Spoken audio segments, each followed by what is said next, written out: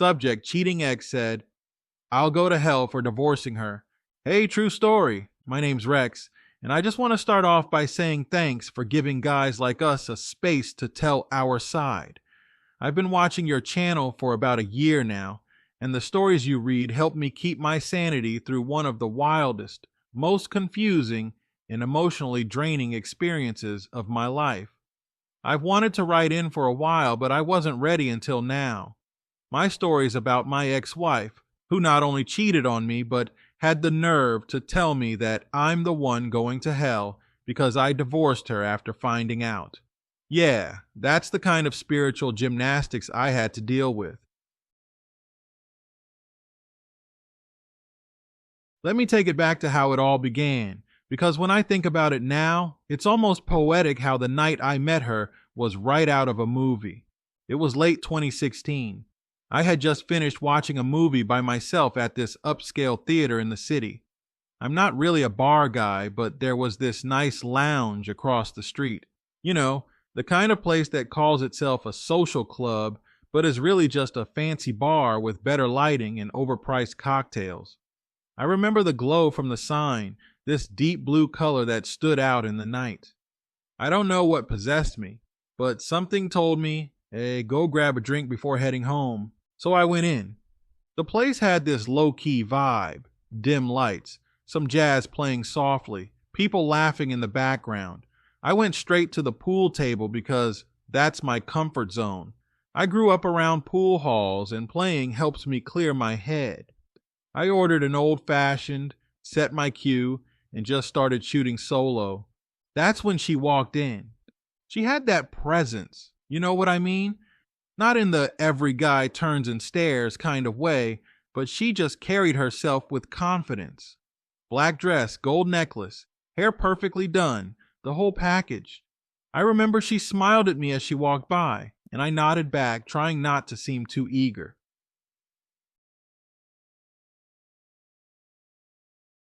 About 10 minutes later, I'm lining up a shot, and out of nowhere I hear, mind if I play around? I looked up, and it's her.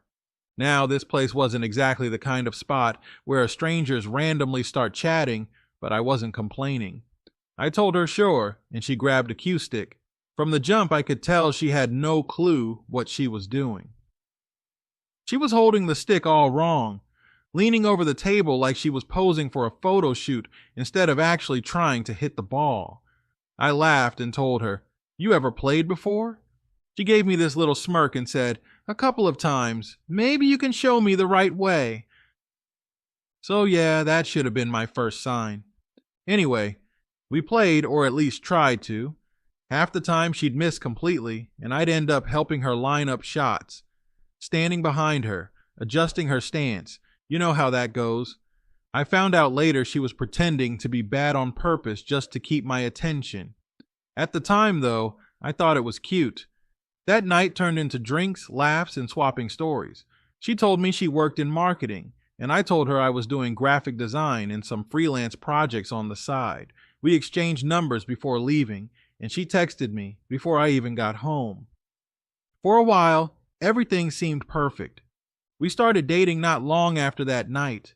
She was charming, funny, spontaneous, the kind of woman who made life feel exciting. We did weekend getaways, spontaneous road trips, and even started talking about the future early on. It wasn't rushed, but it was steady. She met my friends. My family loved her, and I thought I'd finally found the one. We dated exclusively for a few years, and in 2019, I proposed. I still remember that day like it was yesterday. I took her to the same bar where we met. I had it planned perfectly. They even reserved the same table near the pool table for me. When I got down on one knee, she started crying, and for a moment, I thought I'd done something right in life. We got married about 8 months later. Small ceremony, just family and close friends. The honeymoon was great. We went to Costa Rica, stayed in a little beach resort, and I remember thinking, man, this is what love's supposed to feel like. For a while, married life wasn't bad. We had the normal ups and downs, but nothing crazy. I thought we were both happy, I mean, we laughed, cooked together, went to church sometimes, even talked about buying a house once our lease ended. But looking back, there were signs. I just ignored them. She started working later hours saying she had client dinners or team meetings. She guarded her phone like it was a top secret government device. The woman who used to leave her phone lying around face up suddenly started flipping it face down every time she set it down. If I asked about it, she'd get defensive. Why are you so paranoid? Or don't you trust me? Around that time, her behavior changed too. She became distant, less affectionate, less interested in anything I had to say. Conversations became short and cold. It was like living with a roommate instead of a wife. One night in late 2021, I remember she came home smelling like cologne that wasn't mine. I asked about it, and she laughed it off, saying, "Oh, probably someone at the office hugged me." That answer didn't sit right. So, I did what most guys in denial do. I tried to rationalize it. She's stressed from work, I told myself. She's tired. She's just in a weird phase. I kept convincing myself it wasn't what it looked like, but something deep down told me otherwise. Then came the day everything unraveled. I was working from home one afternoon when her laptop pinged. She'd left it open on the counter before rushing out that morning. Normally, I wouldn't even touch her stuff. I respected her privacy, but that sound kept going off. Curiosity got the best of me, so I walked over and looked. It was an email notification from some guy named Ethan. The subject line said, "Last night was amazing. Can't stop thinking about you." My stomach dropped. I clicked it. Yeah, I know, invasion of privacy, but I needed to know. The email was explicit. He was talking about how much he missed her, how he couldn't wait for their next hotel night. He even mentioned how she said she wished she'd met him before marrying me. I felt like someone had punched me in the chest. I sat there for what felt like hours just reading and rereading the messages, trying to make sense of it all. There were weeks' worth of messages between them. Hotel bookings, dinner plans, pictures, even little inside jokes. It wasn't some random fling. This had been going on for months. Later I'd find out it had been a year. When she got home that night, I didn't even yell. I just asked her calmly, "Who's Ethan?" She froze. Then she gave me this blank stare, like she was trying to come up with a story on the spot. Eventually she said, "He's just a friend from work. Why?" I told her I'd seen the emails. That's when she lost it. Not in a guilty, apologetic way, no. She flipped the script completely, started shouting, "You went through my emails. That's abuse, Rex. You're spying on me." I couldn't believe what I was hearing. I'm standing there with evidence of her cheating, and she's acting like I'm the villain. She started crying and saying I violated her privacy and that good husbands don't snoop. I told her flat out, good wives don't cheat. She stormed out that night and stayed with a friend, or maybe the guy, who knows. A few days later, she came back acting like nothing happened. She tried to gaslight me into thinking it wasn't a big deal. "It was just emotional," she said. "You're overreacting. We didn't even sleep together that many times." That was it for me. I packed a bag, called my buddy, and told him I needed a place to crash for a while.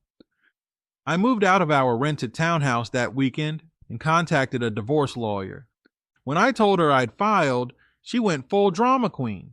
Suddenly she was crying about how I was betraying God and that I was breaking our covenant. She told me divorce was a sin, that God hates divorce, and that I was choosing eternal damnation over forgiveness. You'd think she was the pastor of a megachurch, the way she was preaching at me. The same woman who had a year-long affair was now lecturing me about morality. She started sending me Bible verses about forgiveness and reconciliation. I'm not exaggerating. Every day I'd get texts or emails quoting scripture. What God has joined together, let no man separate. You must love your wife as Christ loved the church. And the cherry on top, she told me, you'll go to hell for divorcing me. That's when I realized just how delusional she was. I tried to block her, but she'd find new ways to reach me. Fake numbers, emails, even Facebook posts. She started writing vague statuses about men who betray their vows and spouses who let Satan tempt them into destruction. Everyone in her little church group was probably thinking I was the one who cheated. I ignored it for a while, but it got to the point where friends started asking if everything was okay because she was making these public posts about being abandoned. Eventually, I had to block her on everything. I deleted social media altogether for a few months just to get peace. The divorce process itself was a mess. She refused to cooperate at first, claimed she didn't agree to it, and wouldn't sign anything because, in her words, God hasn't released me from this marriage. She literally said that to my lawyer during mediation. It took weeks before she finally accepted it was happening. I remember when she got served. I'll go into detail in part 2, but let's just say she didn't take it well. She called me ranting about how I'll burn for eternity, how I'm a coward for not fighting for our marriage, and how Ethan was just a temptation from the devil. Yeah, the same temptation she kept seeing for a year. After I moved out, I focused on rebuilding myself. I got a new apartment, started going back to the gym, and poured myself into my work. I also started therapy because the emotional whiplash from being blamed for her actions was messing with me. It's crazy how someone can cheat, lie, and destroy trust, yet still paint themselves as the victim.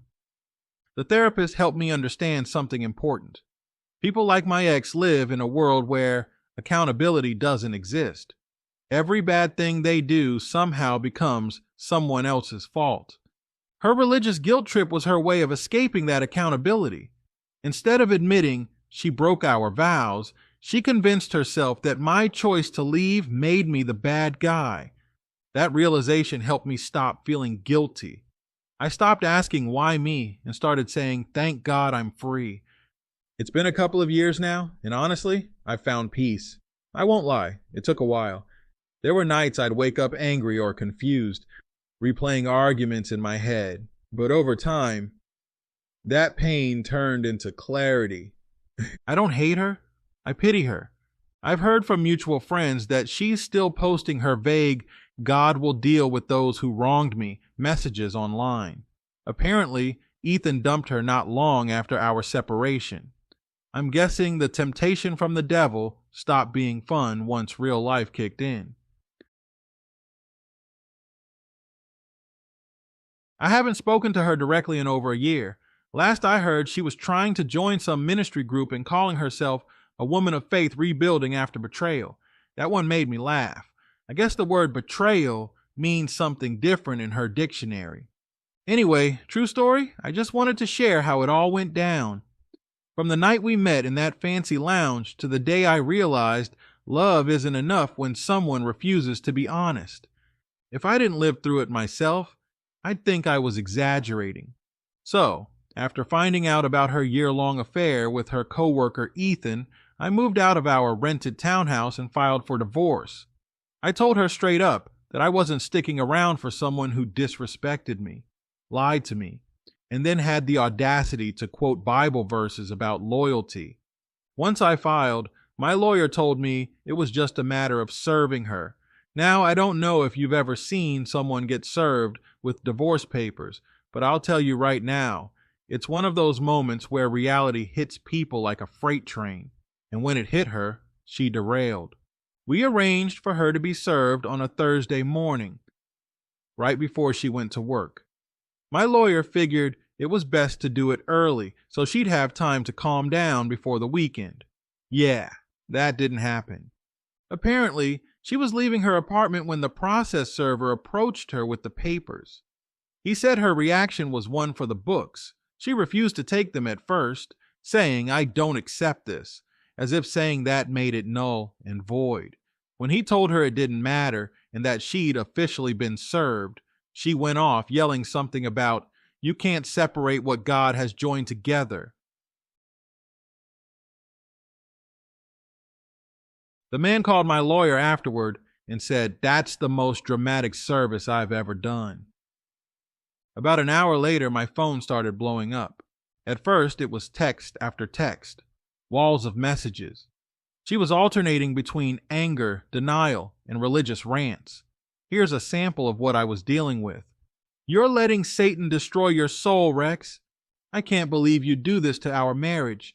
You're being weak. God hates divorce. Ethan was a mistake, but divorce is eternal damnation."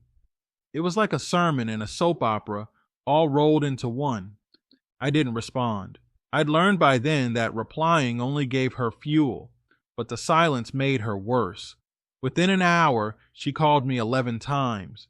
When I didn't pick up, she left this long voicemail that started with her crying, actual sobbing, and then shifted into rage mid-message. She said, "You think you're free now? You're not. God will show you what happens to people who break vows." I just sat there listening, half in disbelief, half annoyed. By the afternoon, I was getting messages from mutual friends. Apparently, she went straight to Facebook. She made this dramatic post with a picture of our wedding day and the caption, "Please pray for my husband. He's lost his way. He's fallen into temptation, and now he's choosing to abandon the sacred bond we made before God." She even added a crying emoji and tagged me. After I blocked her.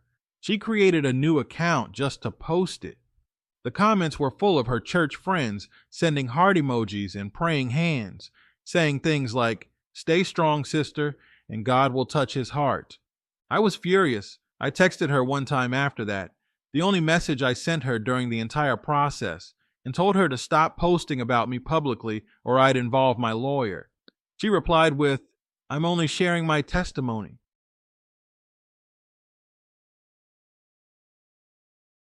That's when I knew I was dealing with someone completely detached from reality. Now, remember that coworker she cheated with, Ethan? She tried to spin that too.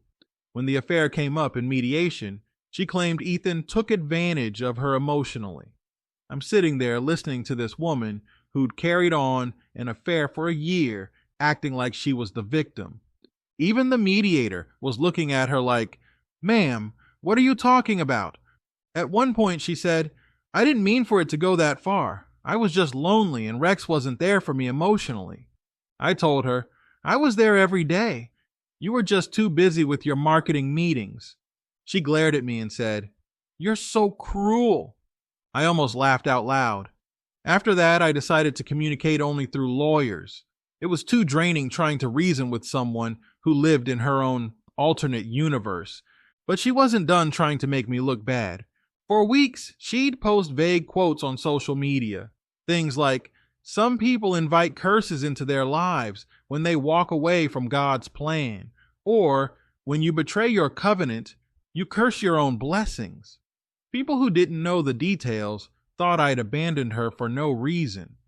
Meanwhile, she was still messaging me from burner accounts, pretending to be friends checking in. But she wasn't slick. Same writing style, same emojis, same manipulative tone. The final straw came when she actually emailed my parents. I wish I was joking. She sent my mom a long message saying, "Please talk to your son. He's letting anger and pride destroy his marriage. God hates divorce." My mom, who already knew the truth about her cheating, just replied, "Please don't contact us again."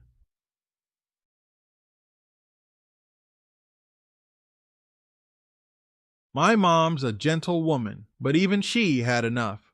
When the divorce hearing finally came around, my ex was a mess.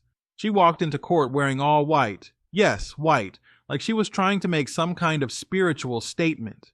She had a Bible in her hand and a look of righteous indignation on her face. My lawyer leaned over and whispered, "This is going to be interesting." She spent the entire hearing trying to guilt trip me in front of the judge. She said things like, "I don't agree to this divorce because I still love him," and "This is against my faith."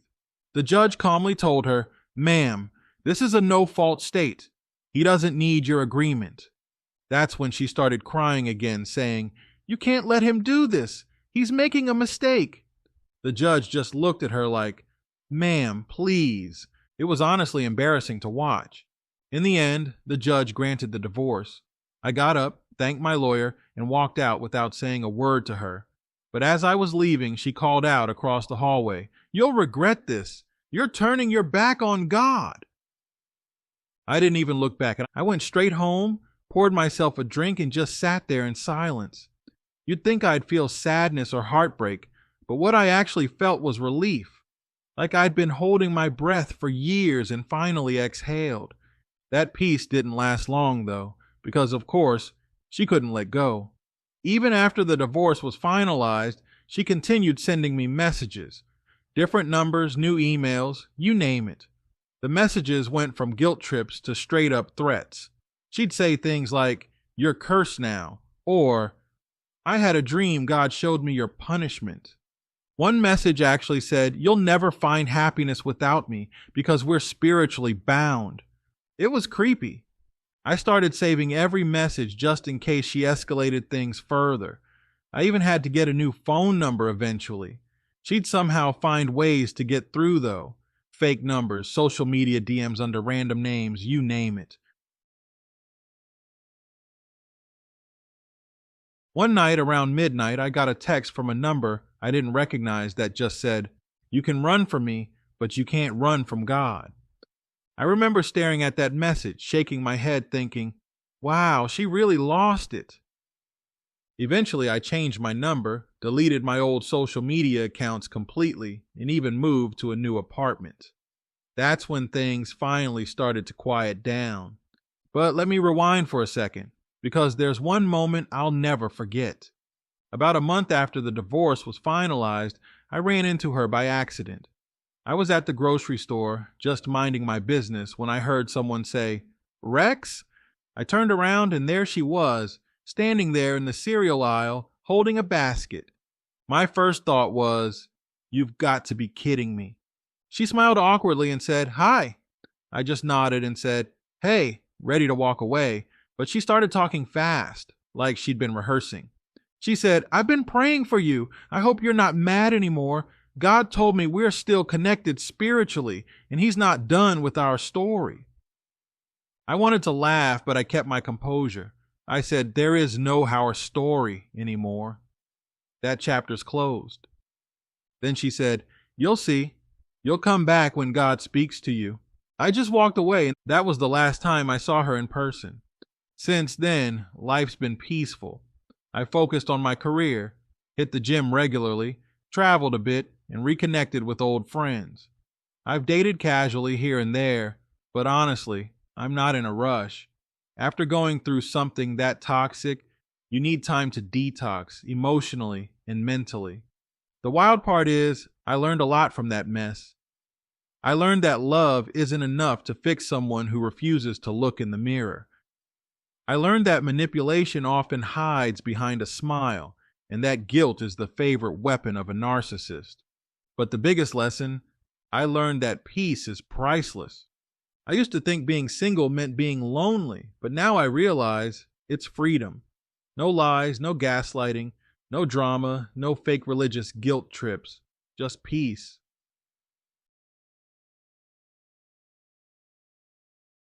Every once in a while, I still get curious and check if she's still online under her church account. Sure enough, she's still posting those same inspirational quotes talking about rebirth and forgiveness. She even posted something last month that said, "Some people will walk away from their blessings because they can't handle divine love." I almost commented, "Divine love doesn't include hotel receipts and secret emails," but I stopped myself. Growth, right? At the end of the day, I'm grateful for the lessons. I wouldn't wish what I went through on anyone, but I'm better for it, stronger, smarter, and I have a deeper understanding of what I actually want in a partner: honesty, consistency, and genuine love, not performative piety. So yeah, true story, that's how it all went down after the papers were served.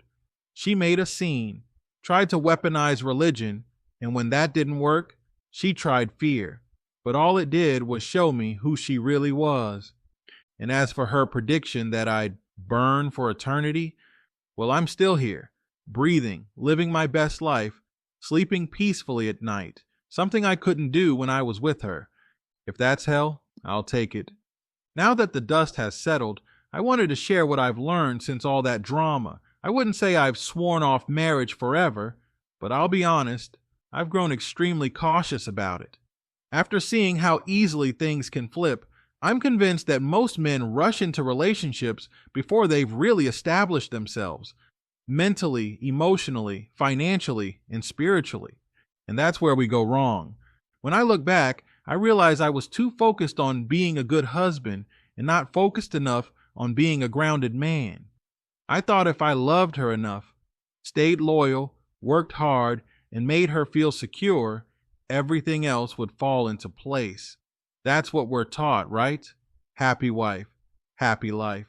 But no one tells you what happens when your wife doesn't care about being happy, at least not with you. So, here's what I've come to believe. Before any man even thinks about getting married, he needs to master himself first. Because if you don't know who you are or what you stand for, marriage will reveal that brutally fast. Let me explain. When I met my ex, I was still figuring out who I was. I had dreams, but I wasn't where I wanted to be yet. I thought getting married would bring stability, maybe even motivation. Instead, it distracted me. I started shaping my life around her instead of my own goals. My schedule revolved around her needs. My priorities revolved around our future. And before I knew it, I wasn't living my life anymore. I was living a version of it that fit hers.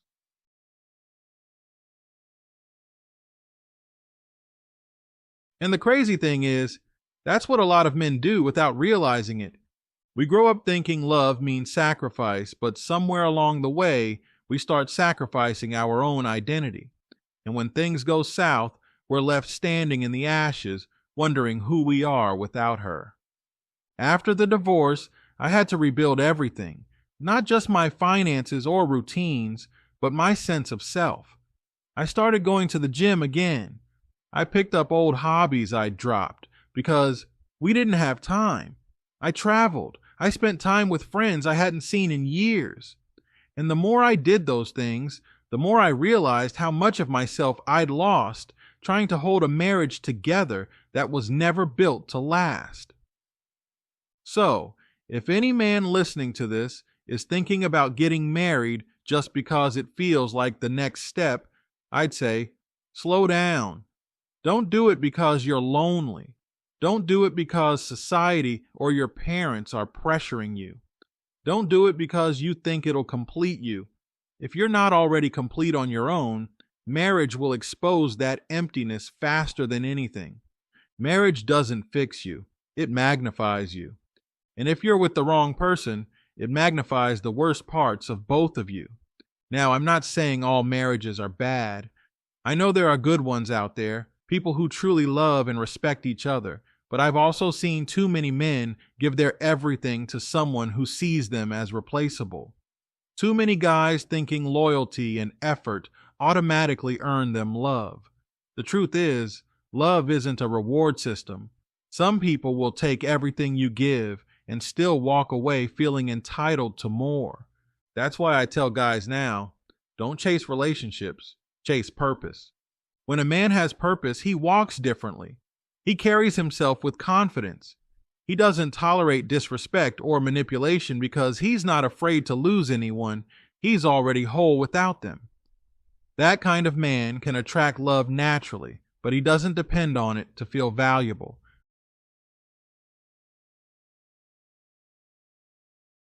I wish I had learned that sooner, because when my ex started guilt-tripping me with religion and emotional blackmail, I didn't push back right away. I felt like I owed her understanding. I thought maybe I was being too harsh. Looking back, that was weakness disguised as empathy. She used my compassion as a weapon. That's the part men need to watch out for.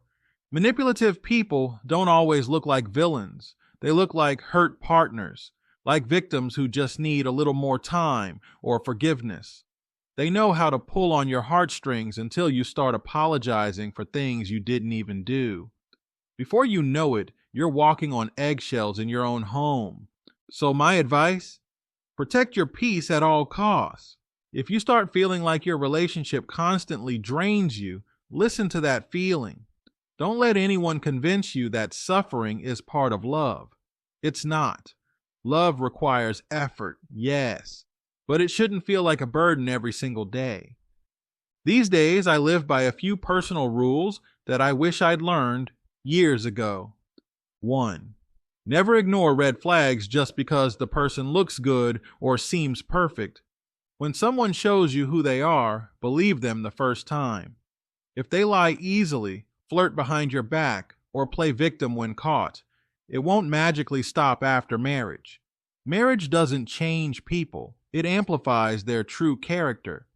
2. Keep your finances separate and protect your assets. This isn't being paranoid, it's being smart. A lot of men end up financially ruined after divorce because they didn't prepare for the possibility that love might fade. Always have your own safety net. 3. Make sure you're emotionally stable before committing. You can't build a healthy relationship when you're trying to heal old wounds. Take the time to work on yourself first. Therapy, reflection, personal growth, all that matters more than jumping into something new. 4. Don't let guilt make your decisions. If you stay in a bad relationship because you feel guilty for leaving, you're not being noble. You're being controlled. No one has the right to use guilt, religion, or shame to keep you trapped.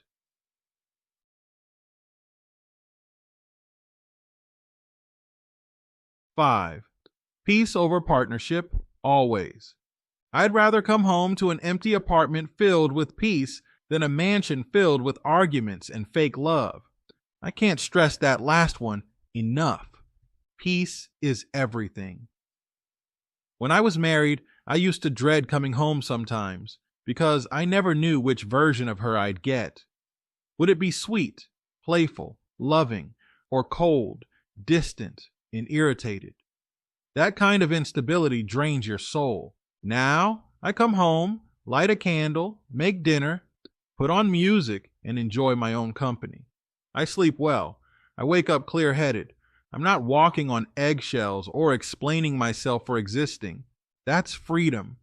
A lot of people think being single is lonely, but I've found more peace alone than I ever did in a toxic relationship. It gives you space to think, rebuild, and actually enjoy life again. I'm not saying men should avoid relationships altogether, but I do believe we should stop being so desperate for them. Society teaches men to measure their worth by how much they can provide. But what good is being a provider if the person you're providing for doesn't respect you? If you're a man, focus on building your foundation, your health, your finances, your mindset, your spiritual balance. Those are the things that truly matter. When you've built yourself up, you don't chase validation from anyone. You stop fearing loss because you realize you can rebuild anything you lose. And if one day someone comes along who adds genuine peace to your life, not chaos disguised as passion, then maybe it's worth trying again. But until then, focus on yourself. That's what I'm doing now. I've learned to enjoy my solitude. I've learned to say no to things that don't serve me. I've learned to trust my instincts again. And most importantly, I've learned that I'm not defined by who I love or who loves me. I'm defined by how I treat myself.